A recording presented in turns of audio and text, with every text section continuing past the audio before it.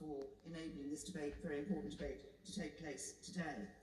Now, I decided that the Independent Medicines and Medical Devices Safety Review should be set up because I was deeply concerned about the issues that have been raised over many years of the impact of the use of certain medicines and medical devices on women, and in particular, of course, the use of pelvic mesh, sodium valproate, and HTPs, predominantly Primodos. I would like to take this opportunity to commend all the members of the House who, over the years, have been campaigning on all of these issues.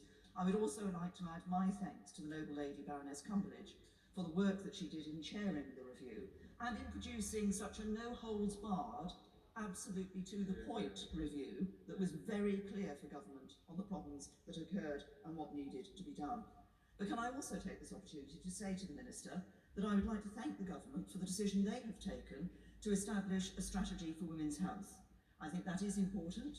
That's for the future. And of course, what we're talking about now are problems that have occurred in the past, but as we're just hearing in relation to mesh, problems that still occur today, and indeed, as I'll refer to later, with sodium valproate.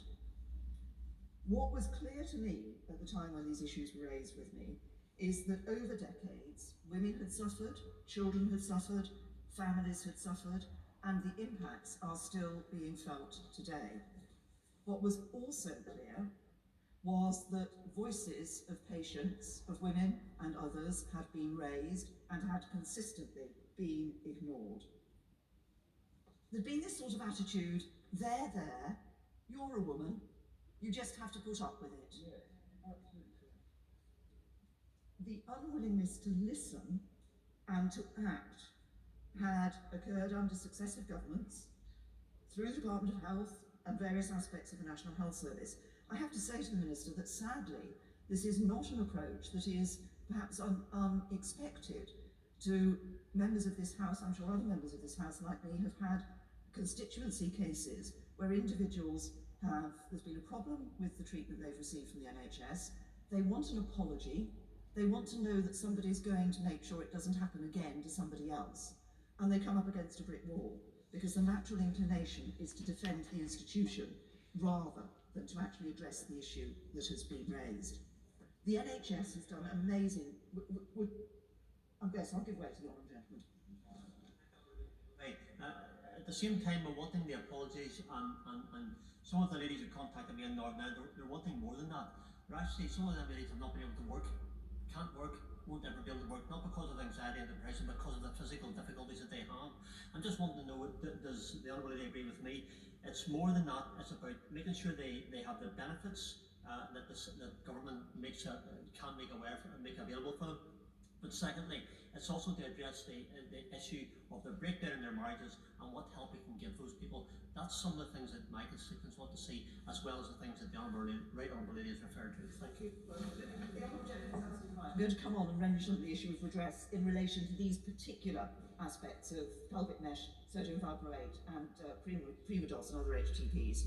The point I was making was a general point that I see constituency cases of individuals where perhaps a mistake has been made by the NHS, and they want an apology, they want to know that a change is going to take place, they come up against a brick wall. Sometimes they find themselves then battling and ending up in court in order to try and get some redress, with all the problems that creates, because the institution has defended itself rather than taking the patient's voice seriously. Our NHS does amazing work day by day. It has done amazing work during the pandemic, but sadly, when mistakes are made, it doesn't always respond in the right way.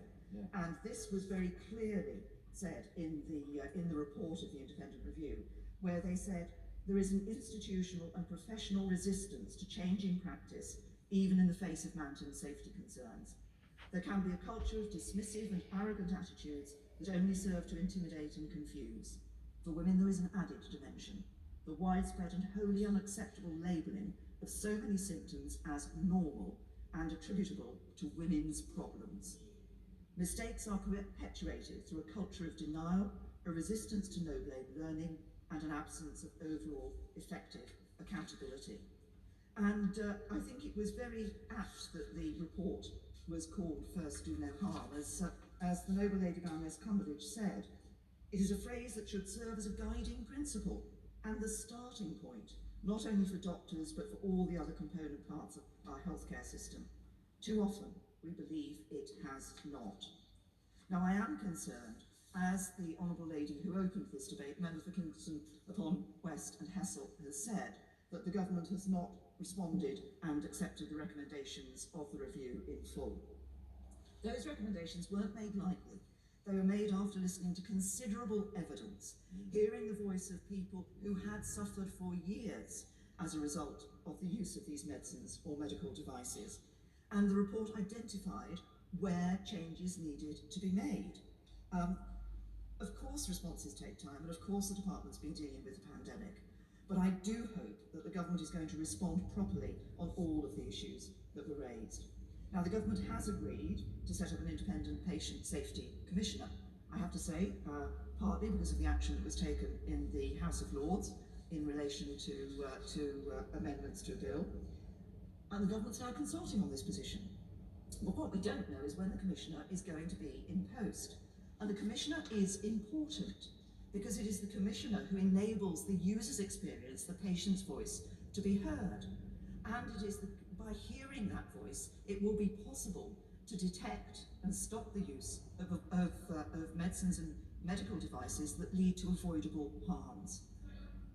I thank the Right Honourable Lady for giving way, and would she agree with me, the point she makes about institutional cultures, about defensiveness, about a culture of litigation is what it feels like we have now got into, particularly in terms of some aspects of the health service, that the Patient Safety Commissioner must have teeth and must be able to help us, because I think there would be agreement across this House and in the other place that we try and move away from that culture so that we can learn from mistakes going forward.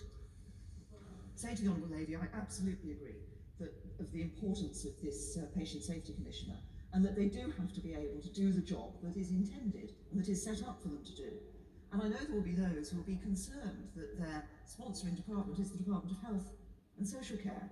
Now, it's natural because this is a health issue, but I hope that the department will be making every effort to ensure that it cannot be accused of trying to water down the role of the Independent Safety Commissioner, because, as we're saying, this is important for the user's experience to be heard.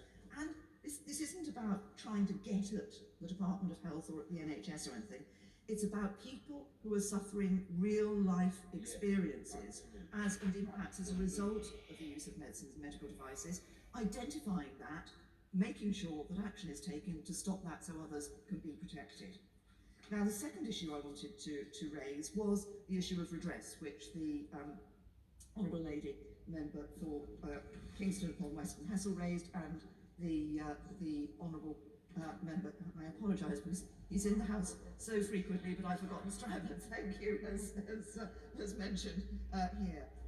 Now, the government has said that an agency isn't needed, yet time and time again, the only redress for patients is through recourse to the courts. That's expensive, it's stressful, it's expensive for the National Health Service. In 2018-19, the NHS paid £2.4 billion in clinical negligence claims. But redress is about far more than compensation. It is about relating to the issues that are raised, that the real impact that the use of these medicines and medical devices has had on people, such as the need for children whose mothers have who've been affected because their mothers have taken sodium valproate when pregnant, the need for special education, for example. There are many other examples that can be given, and so I would urge the government to look again at that issue. And then I want to raise this issue of the patient's voice, because this has all been about an unwillingness in the past to listen to the patient's voice. And setting up the patient reference group was fine, but it's due, as I understand it, to publish findings shortly, and nobody knows whether the patient's voice is going to be taken into account or how it can be taken into account into the future. So I would urge the government that patients do need to be part of the implementation, because it is their experience that we're talking about here, so it is so important that they are included.